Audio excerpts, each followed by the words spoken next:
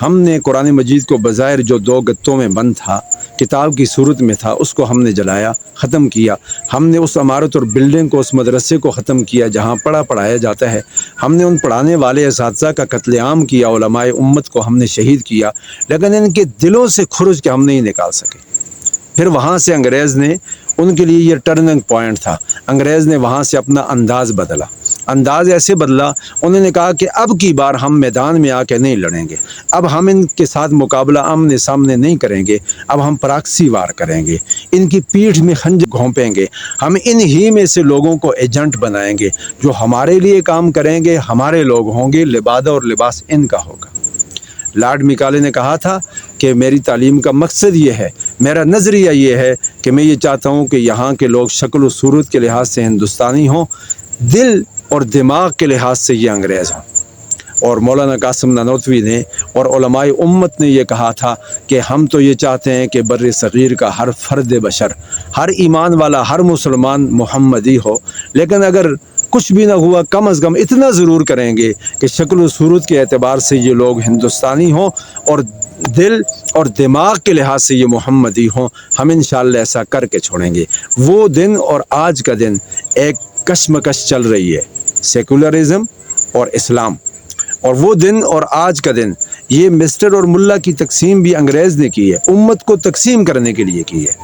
پھر انہوں نے الگ سے تعلیمی ادارے بنائے، مسلمانوں نے رد عمل میں مدرسہ بنایا ایمان اور عقیدے کو بچانے کے لیے۔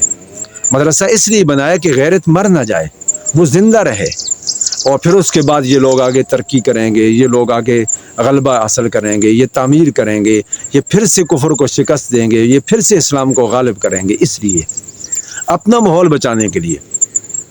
اور پھر اس کے ساتھ ساتھ تبلیغی جماعت کی جو تحریک ہے وہ بھی اصلاح کے لیے، اس کا بھی یہی مقصد تھا کہ عام پبلک، عام عوام الناس کہیں جاہل نہ ہو جائے، ان لوگوں کے دل اور دماغ سے ایمان کا خاتمہ نہ ہو جائے، یہ لوگ اپنے ایمان اور عقیدے پر باقی رہیں۔ پھر مدارس کا جال بچھایا گیا، اس کی بھی بنیاد یہی تھی۔ اور وہ جو مدرسہ دارالعلوم دیوبند بنا، وہ بھی ایسے ہی نہیں بنا۔ آپ صلی اللہ علیہ وسلم کی خواب میں حضرت مولانا قاسم نانوتوی نے زیارت کی۔ خواب میں آپ صلی اللہ علیہ وسلم نے فرمایا کہ آپ یہاں پر مدرسہ بنائیں، اپنا عصا یوں پھیرا اور کہا کہ یوں یوں یوں اس انداز میں بنائیں۔ ایک انار کا درخت تھا، اس کے پاس، اس کے سائے کے نیچے مدرسے کی بنیاد رکھی، شروع کی گئی۔ اور مولانا قاسم نانوتوی دوسرے علماء کرام کے ساتھ، بزرگان دین کے ساتھ، جو اس وقت کے لوگ تھے، جو بڑے تھے، ان کے ساتھ گئے۔ جب وہاں پر جا کر دیکھا تو وہاں پر واقعی نشان لگا ہوا ہے، جس کو ہم لوگ رنگت کہتے ہیں، بنیادیں بنانا کہتے ہیں، چونا لگا کے نشان لگانا کہتے ہیں۔ تو آپ صلی اللہ علیہ وسلم نے اپنے عصا مبارک سے وہاں پر نشان لگایا تھا، وہاں پر دارالعلوم دیوبند کی بنیاد رکھی گئی، اور دفاع اسلام کا دارالعلوم دیوبند نے کیا، وہاں کے باسیوں نے کیا۔ اس میں نہیں کلام کہ دیوبند کا وجود ہندوستان کے سر پہ ہے احسان مصطفیٰ، اس مدرسہ کے جذبہ عزت سرشت سے پہنچا ہے خاص و عام کو فیضان مصطفیٰ۔